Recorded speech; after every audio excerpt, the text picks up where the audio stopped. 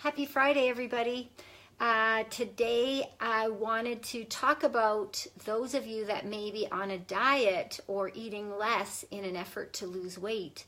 And I want to talk about how dieting is actually killing your metabolism and is actually doing you more harm than good. Now, I'm looking to bring on, Coach Perri. We're just adding her. She's just coming on. Hey, Jude, good to see you. Hey, Coach Perri, how are you? I'm doing well. How are you doing? I'm good. We've got some sunshine, even though we've got lots of snow here. How about there? Rain. Rain? Sorry. No. Hey, it's the UPS truck. The all evil here. Yeah, sorry. So today what we wanted to talk about is dieting, particularly, restricted calorie dieting, and why it is actually doing you more harm than good. Because you and I were having this conversation, Perri. So let's talk about it. Yes. Well, I think people feel like to lose weight, it's very simple of just calories in versus calories out. Correct. So one common mistake I get a lot from my clients is the fact that they will literally just not eat very much. In fact, their calorie content for the day will typically be below 1,000 calories is what I typically see, especially with women. Yeah. And it just will wreak havoc in the body because weight loss really has to do with hormones, and especially with women. And so the hormones get very disruptive, and then it actually will slow down your metabolism if you don't eat very much, and then you're just defeating the purpose of what you're trying to do. So the good news that I want to share with everyone really is that I never like to talk about a diet so much, but modified eating, when we're eating the right things, we can actually be eating a ton more and be either losing weight, or I don't even want to talk about weight so much, is transforming our bodies, because we can be losing inches, we can be changing our shape in the mirror. Has that been your experience as well? Yes. What I found, with my clients, and what's worked really well is, eating quality foods and having high volume of those quality foods, which helps make you feel full, but then typically the calories are lower than what you would have originally when these, people are eating, very highly processed foods, and it gives you very little volume. And the thing about, a lot of people ask, when you're over 40, is it even possible to lose weight? A lot of people just blame menopause and think that their changing hormones are an issue. And while there can be some, problems or, issues associated with menopause, one of the biggest things is our inability as we age for women to process glucose. So what happens is that as we age, it becomes increasingly more important to have quality foods. So I don't know if it's been your experience, but lots of women will say to me, I could have a treat meal, and then in 2 days or in 3 days, I might go up a couple pounds, and then in 3 days it would all be gone. But right. Not so much anymore, right? It tends to just hang on, right? It does. And, part of that is just with the metabolism as well. So. Right. And let me just see what Lori's saying here. She says, so true. I've been in this position and stalled in my transformation. Once I started eating more of the right things, the toning is now working.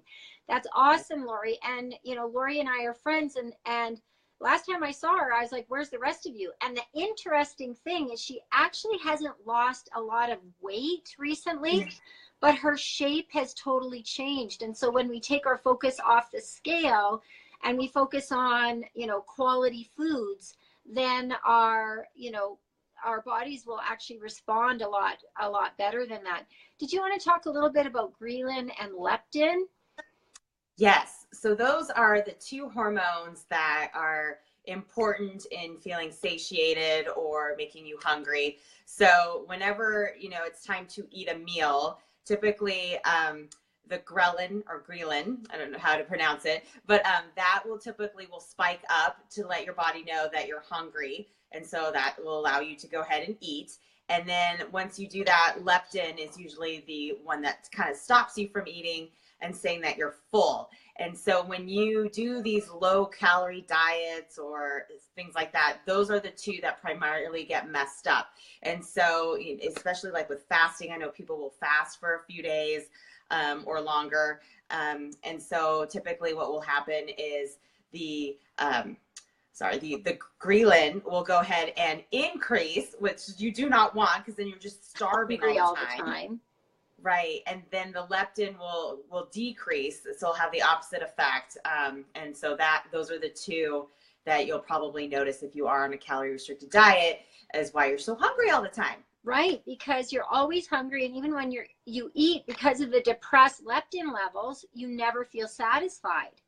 Right. So one trick is, and that we're using in our coaching group, is just to have one treat meal. Because if you have been on a calorie restricted diet for even up to 7 days, your leptin levels, the feel good, I feel satisfied hormone, can be decreased up to 50%.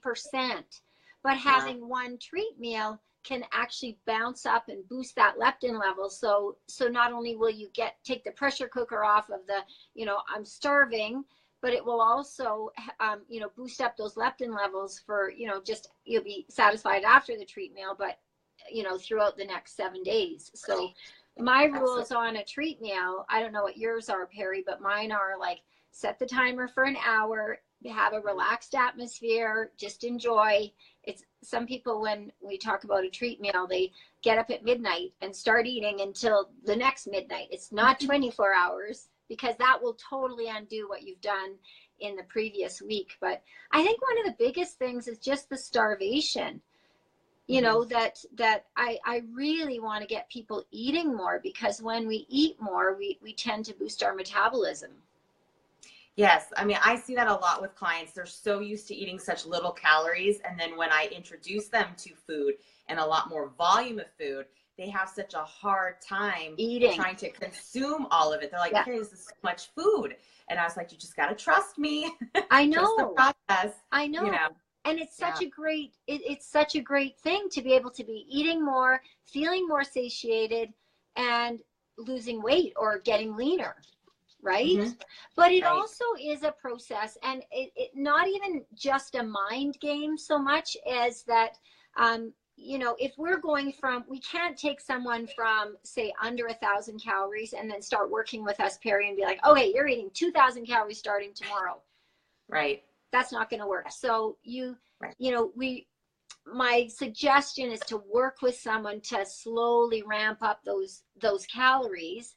Number one, you'll be able to eat them without, freaking out. And number two, you'll be eating the right amount of, so that you can be continuing to up your calories while still losing weight. So that's super important. Yeah. There's one time that I do advocate. I'm not a big IF or intermittent fasting, advocate. Maybe we'll just have you weigh in on intermittent fasting for women. I think we're on the same page. What are your thoughts? Yeah, I mean, with some of my male clients, I found that it has worked rather well. And, for whatever reason, it seems to boost human growth hormone with men, boost their testosterone. So I think on a male perspective, it does work. I think for women, like, I haven't had much luck with it, to be honest. And so I don't know if you want to explain what intermittent fasting is, but typically it's where you just have a short period of time where you eat, and then a big portion of time you don't eat. So like with the men that I actually will coach, usually I'll have them start eating at 12 p.m., so noon, and have them eat until 8 p.m. So I kind of do like an 8-hour window of eating, and then the fasting. And fasting. Yeah. But yeah, I haven't had much luck with women. I don't think they respond as well.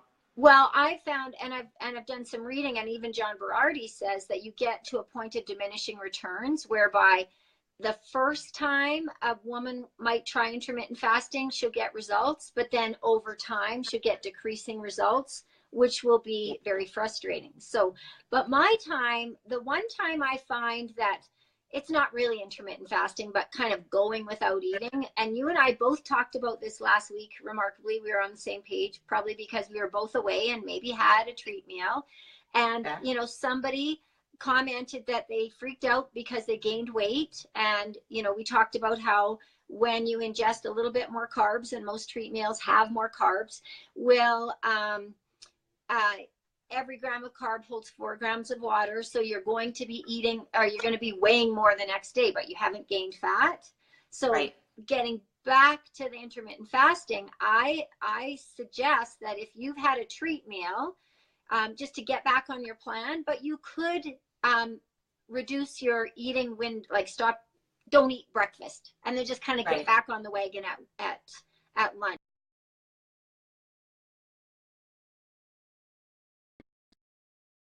Suggest like kind of the meal skipping.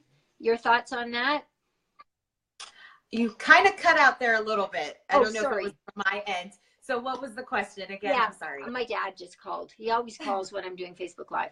Okay. I said that when someone's had a treat meal that on a Friday night, that maybe you could just, if you're used to having breakfast at 7 a.m., if you want to just go ahead and skip that breakfast and have a later brunch, or just go and have lunch, that kind of gets you back on, and then just drink a ton of water.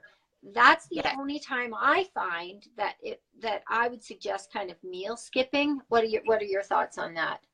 Yeah, that would be, you know, a time as well. I agree with that. Yeah, because I mean, probably the calories that you have intaked, you know, on that refeed or a treat meal, you know, will suffice or, you know, satiate you in the morning. I don't know about you, but if I do that, usually the next morning I'm not that hungry. Yeah. So, you know, you kind of just listen to your body, just very intuitive, and then just wait, you know, for the next meal. Yeah, I think the big thing is learning to be intentional with your eating. But part of it is that when you're like in listening to your body, like you said, but part of it is sometimes people they go on such low calorie diets for such a long time that they actually even suppress their appetite. So sometimes working with someone to help you to say, hey, no, you actually need more carbs. We actually need to refeed a little bit more. And then that helps to boost. So I'm all about being intentional and listening to our bodies. But if you find that, you know, you should just track. People should just track and on MyFitnessPal, which is so easy. If you're eating less than 1,000 calories a day, you probably need to work with someone to boost your calories, wouldn't you say? Yes. And I mean, I'm working with a group of women right now where that is like a very common theme. And we just kind of started a new challenge. And so after week 1, I actually introduced them to carbs and more calories because they were cutting out all the carbs. And I had an average of 5-pound weight loss with these women, you know, from all sizes, like even little tiny people, you know, were losing weight. So, yeah. And from my own experience, I just noticed that, you know what, I looked at my daily intake and I wasn't that hungry. So this is what I'm talking about intuitive eating, is I wasn't that hungry, but I looked at my intake. It's like, man, you know, I don't really feel like I'm eating that much. So I thought, you know, I'm going to revisit this. I tracked in MyFitnessPal for a couple of days. I realized, you know what, my intake has a lot of fat, and mind you, it's healthy fat, but fat is very satiating. So my overall calories were fairly low. So, you know, we just jiggled it around, lowered my fats, increased my carbs, and then over time increased my overall intake. So I'm eating more than ever now. And in the last year, it took a while because I'm not a big person, and my actual goal was not necessarily fat loss. I really wanted just to be eating more and getting more energy. So more energy, better workout performance, and I've lost 6 pounds. Wow. That's great. 6 pounds is a lot for, like, I feel, for a smaller person. And so it's just kind of tweaking. And sometimes it's very unnerving to be like, well, I should be eating more. and then you start to eat more, and then you're afraid to eat more. Like your ladies, it's like they don't want to eat those extra carbs, right? I've got clients too. It's like, really, I have to eat all this? It's like, yes, try and eat it. We're going to slowly increase your intake, which will increase your metabolism. So eating actually increases your metabolism. Not eating depresses it. Right. So that's why you and I are both on the no diet bandwagon. Yes. Right? Absolutely. Yes. Yeah. I mean, I know lots of people need a read it and eat it plan for starters, but I know our goal is really to be like, why are you eating this protein? Why are you eating these carbs? Like, just to educate so that, you know, we can, our clients can kind of fire us. Like, you know, right. Like, it sounds funny, but our job is to empower people so that they know, okay, this is what I should be eating and here's why. So just having that little bit of knowledge is really empowering, but it takes a little bit of time to kind of get to the place where you're comfortable, you know, knowing what you should be eating. So yeah. Any other tips or tricks about not dieting, Perri? Non-dieting tips? You know, I just think most diets, you know, may work for a short period of time, but as a lifestyle, you know, it's not going to work. And so you may do, you know, a diet for 3-4 weeks and get great results, and then you'll probably hit a plateau. And so really, I think it's all about knowing what to eat and making a lifestyle change to have lasting results. And be happy, because most of these diets you're not eating very much. And so I don't know about you, but I like to eat food. So I'd rather eat a lot of food and stay lean than not. Well, and the thing is when your nutritional, a lot of people don't understand that when your nutritional needs are being met, you don't have the crazy cravings. Have you found that? Yes. Yeah. All the sugar cravings go away, and it's great. Yeah, and it's like, I know for me that, you know, there's certain times of the year, you know, everybody falls off the wagon every now and again, and like if I say for a week have sweets, I'm gonna crave sweets. Mm-hmm. Right? Like, say for you, after a show, because you're a physique athlete, so after a show, you know, you're gonna go off your plan and have some treats and whatnot. Are your cravings more at that time? Oh, yeah. I mean, I think the last few months, to be perfectly honest, I wasn't really watching what I was eating. Noticed the weight creeped up a little bit. And I was just craving sugar and chocolate. And so I gave myself a week to kind of quote unquote detox. So I cut all that out. And that whole week it was awful because I really was craving. But by week 2, I felt great. And no more cravings. So it's just kind of initially getting off that. Yeah. Of wanting sugar. Yeah. And I mean, we're finding that in the Healthy Hormone Challenge too. In that first week, people are like, you know, and I just keep saying, stay the course. Because as soon as you eat sugar again, it's like we reset the clock. Okay, we got to start counting again. But whether you're doing a detox, like an official one, or you're just saying, okay, no sugar, it is tough for, you know, 4 to 5 days. You're going to be craving it. A lot of people get fuzzy brain, like maybe headache, lethargic. Like, your body reacts just like cocaine. Have you read that? Oh yeah, I've seen the actual brain scan of what the body does on cocaine and sugar, and it's very similar. Mm-hmm. Crazy, right? So it's not just a mental addiction. It's actually a physical addiction. So we have to give ourselves time to, and when we know that, maybe then getting back on the sugar wagon will cause us pause, because it's like, I'm going to have a cocaine brain getting back on sugar. Like, think about that. It just makes it hard to get back off. Right. So yeah.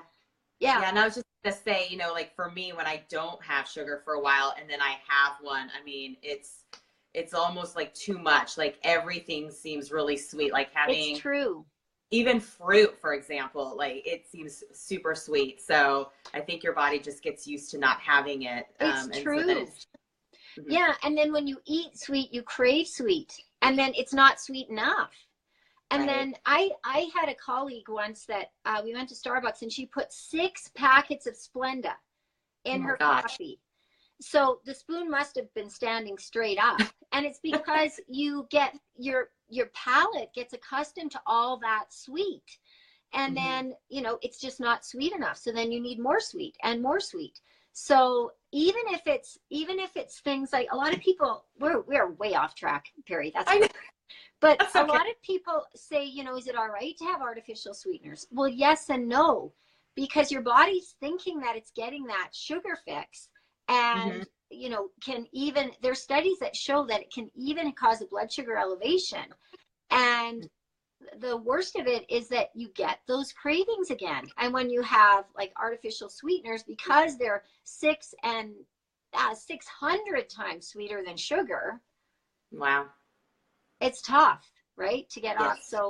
So I don't know. I'm not a big fan of the artificial sweeteners either, because that, you know, while they may be calorie free, they're not free, so to speak. Our body, you know, especially some of the artificial sweeteners, our body can treat, like doesn't really know what to do with it, and it can cause inflammation and all kinds of other stuff that, you know.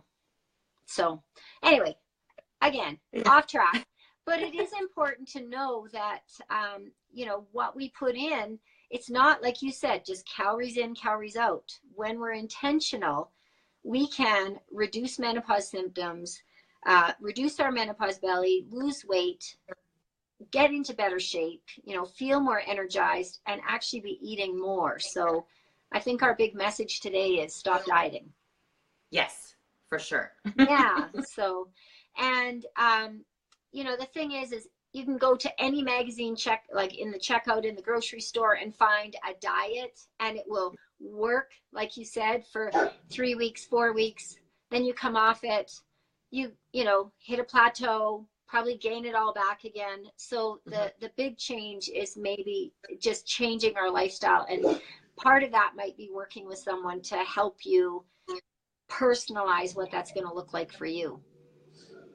Yes, absolutely. Because everyone's a little different. So yeah. So anyway, just wanted to pop on. It's good to see you, Perri. Thank you for joining us. And I like doing Facebook Lives when I'm not always just talking to myself. It's just, a conversation is much better. So if anybody's interested in talking to Perri or to me, we'll set that up in the links or whatever below. And we will catch you next week, Perri. Thank you so much. And everyone, let's stop the dieting. Let's find a way to eat more and still get lean. See ya. Bye.